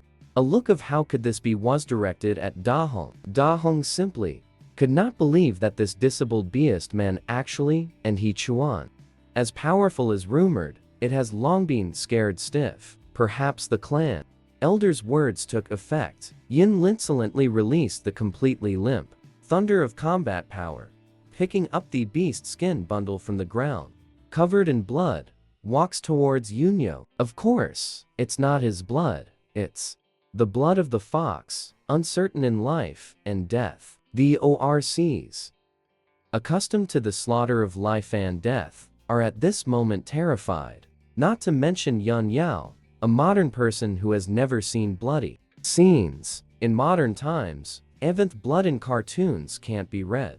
All violent scenes are pixelated. Yo felt her scalp tingle. Big Brother's absolute brutal combat methods, terrifying to such an extent. Watching him walk right up to her, his cold, bloodless verticalpals fixed on her. Yun Yao endured, scared, cautiously reaching to hold his blood-stained hand. Scared is indeed scared, but how could he not know what's good for him? Didn't expect it.